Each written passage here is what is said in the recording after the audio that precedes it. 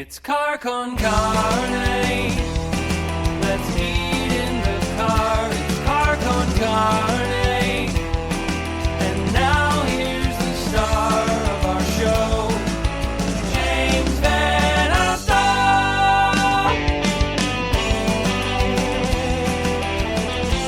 Tagging and all of that. I think so. We'll figure it out. We'll edit that in post. It's all good, Jennifer. We'll get to you in 1 second. It is Car con Carne. Welcome back to the working week. I'm James VanOsdol. And before I bring Jennifer on officially, my guest, Jennifer Hall, I want to mention Car con Carne and me up for the Chicago Reader's Best of Chicago 2020 poll. You can vote for me as Best Podcast Host in the City Life category, and Car con Carne is the Best Music Podcast in the Music and Nightlife category. Voting ends in early February. I want to thank Joel and Santi and Katie, who all checked in to say they voted. Much appreciated, truly. Once I get through with tonight's interview, my big plan, I'll get it up on the podcast. It'll be in the RSS feed. My big plan is to Google a lot of stuff about Tenet, which I watched just before logging on. Not really sure what happened. I'm going to read a couple articles about it afterward. I will say the sound mix of Tenet was terrible. I was sitting in front of the TV, adjusting my volume every time someone was talking. Everyone talks in whispers, and then the action is really loud, so then you have to bring the volume down. Anyways, Tenet was, I thought it was a confusing mess, but that's what the internet's for. It's going to help me through it. That all aside, my guest tonight, she is Jennifer Hall. She is a Chicago singer-songwriter who just released, as I wrote in the show description, what I think is her finest recording to date, a single called SFA. It just came out 2 weeks ago. Good evening, Jennifer. Hello. How's it going? Let's start there. Let's start with SFA. First of all, what I looked at the lyrics. I listened to the song over and over. I watched the video. What is SFA? I can't tell you what it stands Seriously? for. I'm very sorry. It's related to something that I promised to myself I wouldn't reveal. But I'll tell you all about the song. It's just the initials are of some private significance. Okay. Now this is a song about just Is that helpful? A little bit, maybe not. But this is a song about being a good human being, basically, right? I suppose, yeah. It's really funny because the first thought, like I've found that the first thought I've had about, like the first thought that I've had when someone is asked to describe the song, or when I think of kind of what the song is about, the first thing that comes to mind is, being in a moment where you're really choosing to lean into an empathetic response towards somebody versus, maybe an inkling to be judgmental. But the other day I was just thinking that there is so much more about the song that I'd love to chat about if you would be curious. Let's talk about it. The song has just shimmering keyboards. The bass line is nice and deliberate, and your vocals they're kind of ethereal. They kind of hover above it all. Yeah. I love the way this song is produced. It's produced beautifully, and the video is fantastic too. Where did you film it? Yeah, I just want to mention really quickly, produced by Noam Wallenberg of Rax Tracks Recording. Just brilliant. I don't know where he comes up with this stuff. And then the video was directed by Alex Shane, a wonderful, amazing, unbelievably creative mind. He's actually a good friend of ours. He is from Chicago, but is now living in San Francisco. So Noam and I flew to San Francisco. This was just before the pandemic, for full disclosure. So it was all done very safely. But filmed in San Fran on his home turf. So yeah, it's lovely. Thank you. Is it true that whenever you put out new music, you change your hair color? Why do I do that? I don't have any information. I was like, this is weird. I've just made mental notes of this and it keeps happening. Like right after we put out the self-titled EP, it was back in 2015. Then we went on a touring rampage. But right after that, I think it was I cut off all my hair and dyed it, and platinum blonde. And then after we put out In the Water, which was our single at the end of 2019, cut it all off, dyed it, blonde and then blue. And then, and then we went out and filmed in San Fran, put out SFA, and I just dyed it red. It's like stunning. Very red. Thank you. Yes. It's all back, but staying on SFA, was there something else you wanted to say about that because you said, let's talk about it. Yeah. If you think it is of significance. Yeah. I'm such a nerd for that stuff. I love to talk about like the kind of emotional meanings behind songs. Everything except for the title. Yeah. Yes, exactly. Which is obviously private, but for all the work that we ever put out, I'm always in charge of the lyrics, and it's something I really try to, or it's a way in which I really try to be as vulnerable as I can, as honest as I can. So not only is it about kind of attempting to really push yourself to be empathetic towards somebody, maybe in an instance where it's easier to judge, but as a step beyond that, to choose to be empathetic towards somebody, even though, or to reject this desire to be judgmental, because that you're seeing yourself or some part of yourself or your choices in them. Mm-hmm. Right. And I think sometimes there's this inclination to judge somebody as a way to sort of like separate ourselves from someone else, to be like, that's not something I'd ever do. Or I would like to reject the fact that I see myself in this person or their choices, which I don't stand by. But and it was really just sort of a song that was like an observation, if you will, about someone who's anonymous, someone just having a tough time in kind of repeating old habits, kind of getting stuck in old ways, struggling to get past, experiences of the past and to really evolve. Someone kind of stuck emotionally and kind of like experiencing old wounds on replay, if you will. So, and that's something I'm like, I felt that before. Of course, we all have, for sure. Yeah. Like, this is a time to be compassionate. This is not a time to judge. Yeah. I love it. Well, let's get too all into all this intense. Well, that's why you're here. Stuff. We're talking about your music. Okay, great. You mentioned In the Water, another stunning song. Thank you. It seems like you have a very strong focus on the visual aspects of your music, because your videos are they're very well done. They're very well thought out. They're just well done pieces of work. Do you think visually when you create? Yes, Alex and I going back and forth. There are so many.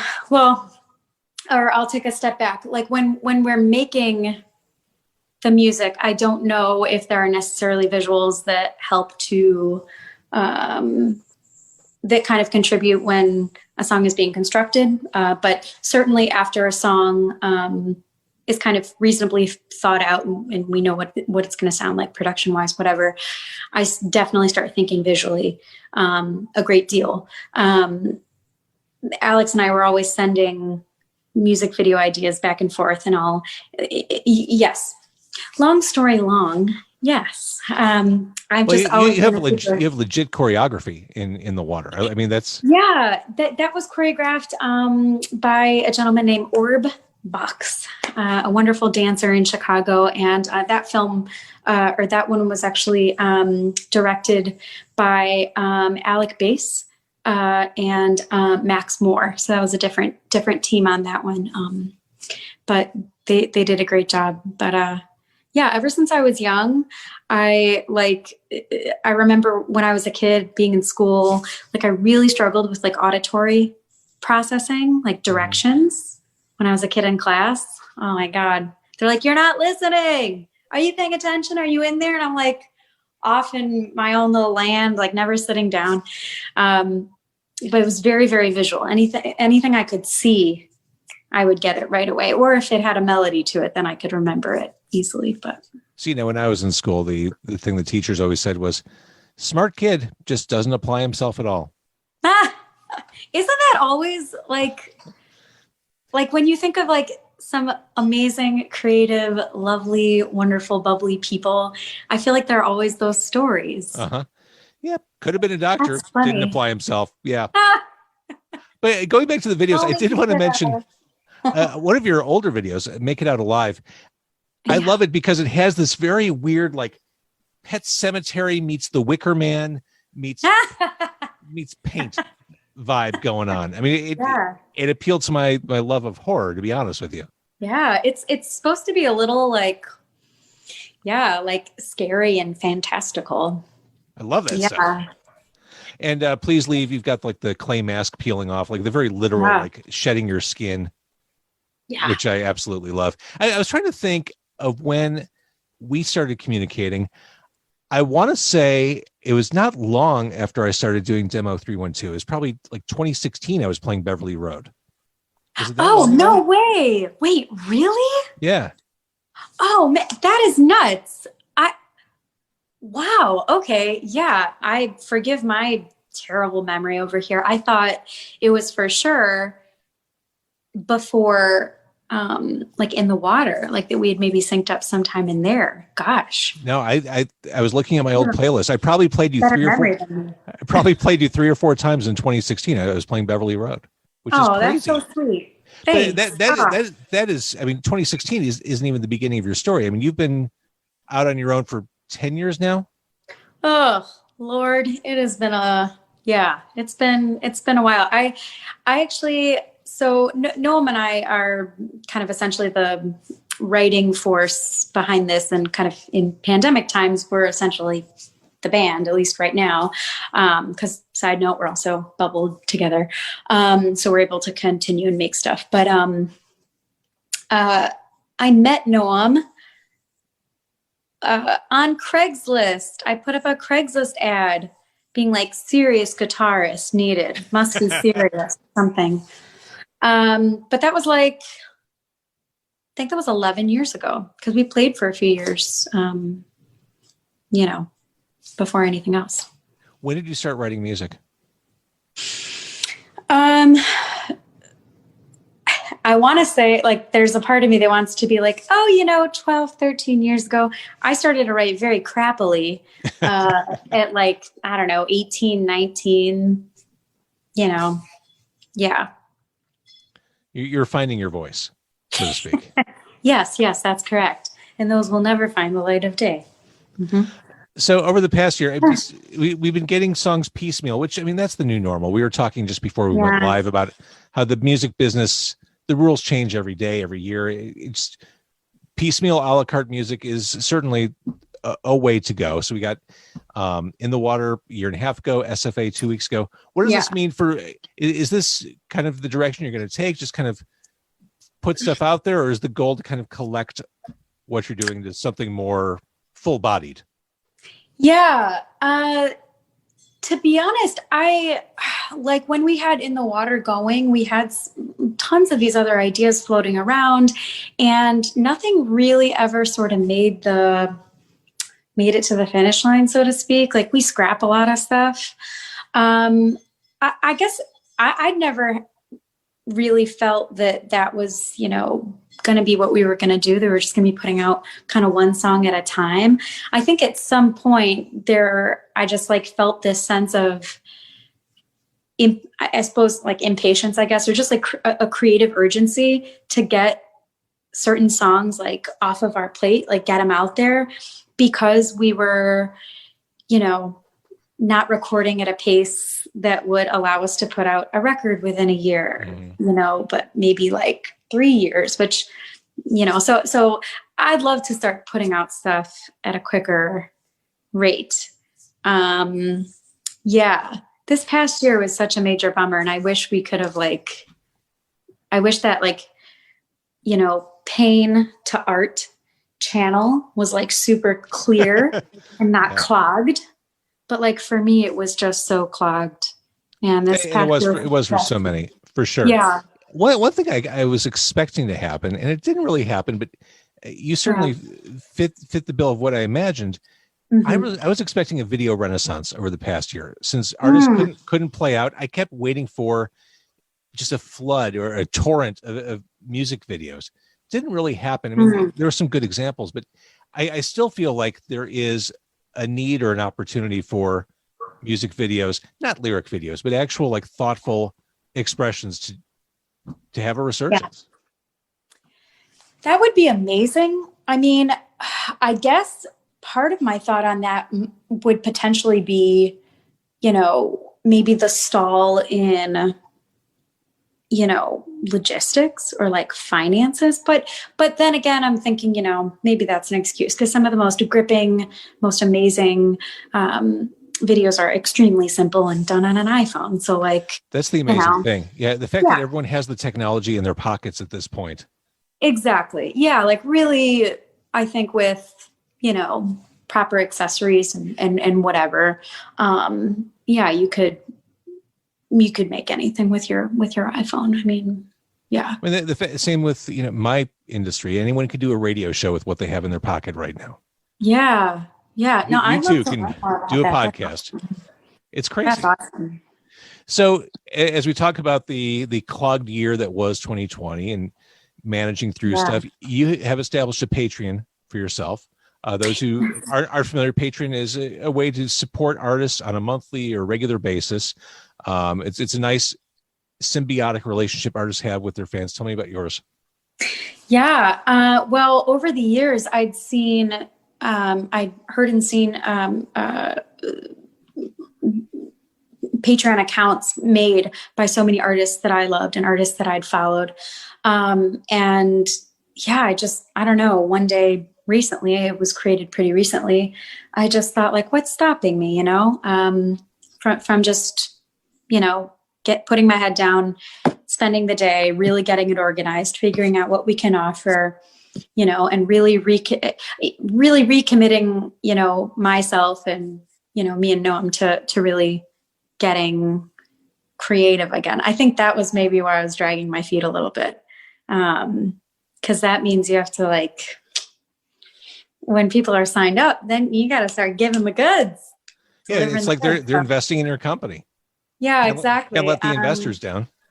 Yeah, of course. And there was certainly never any intention to do anything but that. So it's been exciting. We have like these different levels established, and I'm still always trying to think of like cool, fun things to offer people that sign on. I don't know. I thought, is it weird to like do like a Zoom workout and then we can all like work out together and like I've seen a lot of stuff like that. I've seen I have a musician friend who does yoga classes now. Really? Yeah, it's not a Patreon thing. I think she does Venmo for it, but that's awesome.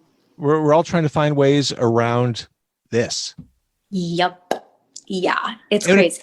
When it comes to Patreon, yes, as a fan, you can get access to music and videos, but a lot of people just like to pony up the cash just to be supportive, get nothing in return, just to jump in and say, yeah, you got my support.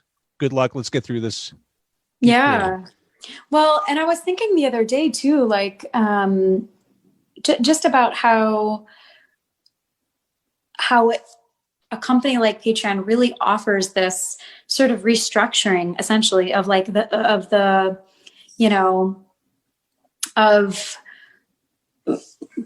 financial structure of making music and making art. Because I think, unfortunately, or I guess not unfortunately, but realistically, a good decent amount of art does take finances and resources to make and to, but it kind of puts the power, it kind of like redistributes the power a little bit when, I don't know, for decades and decades, right? Like the label had the power because they had the money and maybe, you were creating in a way that satisfied them and they got to say what you would do and what the career looked like a bit more. And now this really gives you so much control, and it's almost like the people's label or something. Oh, very much so. I I remember, I mean, I've been around long enough where I remember seeing and hearing of bands whose goal it was, whose sole career objective was to get signed to a major label. That was it. If only we can do X, Y, and Z and get signed, we've made it. It seems like a quixotic mission or a goal to even want to even think about being on a label at this point. Yeah. Everyone's empowered to, it's hard. It's really hard. And there's no secret formula to get to that finish line, but the benefits seem so much more real, tangible, and ongoing being independent. Yeah, absolutely. I think even if not just for the sole reason of being able to have total creative control, I feel like that it's funny. I just I don't even know. I don't even know what it would look like or what it would feel to even have some group of people that had nothing to do with your work or, the stories you wanted to tell or the memories you wanted to share via your music or your art, to have them say what they needed you to say or to have any opinion on what you were making. It just seems so crazy to me. I have to the artists that have endured that. I have friends who've been on major labels who put out an album years ago, dropped by the label, albums long out of print, and they have no access to their masters. I mean, I can't imagine having no control over the content I create. How frustrating. That's terrible. I could not even imagine. I mean, gosh. So Patreon makes sense. This makes perfect sense to me. Yeah. This, you're right. I think you said it in so many words. This is the new record label. This is the new, and the consumers are your boss.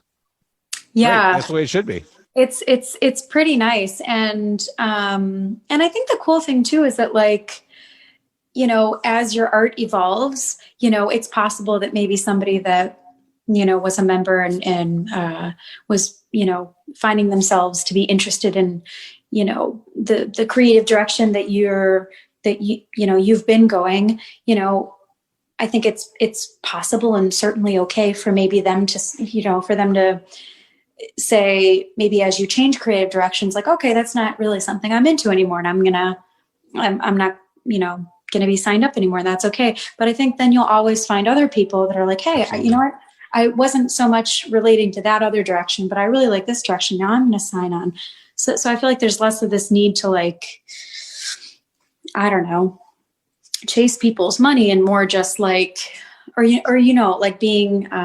what's the word?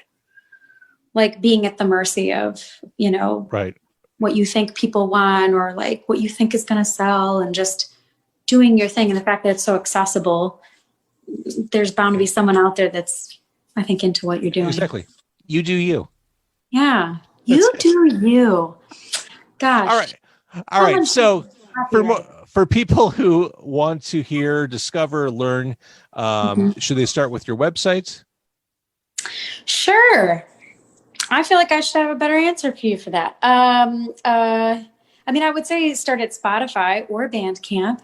Bandcamp is very helpful to artists more than Spotify. Bandcamp is super helpful to artists, and I believe February the 5th, I don't know if I have the date right, whatever the first Friday is in February, that's another Bandcamp day where all the revenues go directly to the artists, which I love. That's amazing. That That's amazing.